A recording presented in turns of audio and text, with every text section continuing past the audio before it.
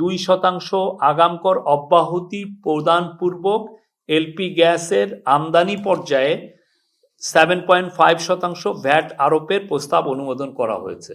LP গ্যাসের স্থানীয় উৎপাদন ও ব্যবসায়ী পর্যায়ে আরোপিত 7.5% ভিএটি এবং 2% আগাম কর অব্যাহতি প্রদানপূর্বক এলপি গ্যাসের আমদানি পর্যায়ে 7.5% ভ্যাট আরোপের প্রস্তাব অনুমোদন করা হয়েছে।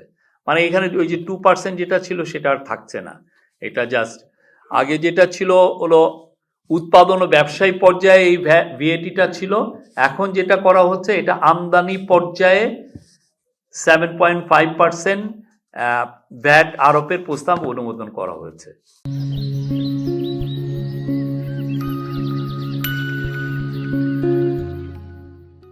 বাংলাদেশ গ্যাস সংশোধন অধ্যাদেশ 2026-এর খসড়া নীতিগত চূড়ান্ত হয়েছে। এটার মূল যে বিষয় ছিল সেটা হচ্ছে যে যারা অবৈধ সংযোগ যারা নিচ্ছেন, যার ফলে দেশের প্রতি বছর আমি বলবো যে হাজার হাজার কোটি টাকা মানে চুরি হয়ে কোটি টাকার গ্যাস চুরি হচ্ছে, সেটাকে কিভাবে অ্যাড্রেস করা যায় সেইটা এই লটার মাধ্যমে সেই কাজটা করা যাবে।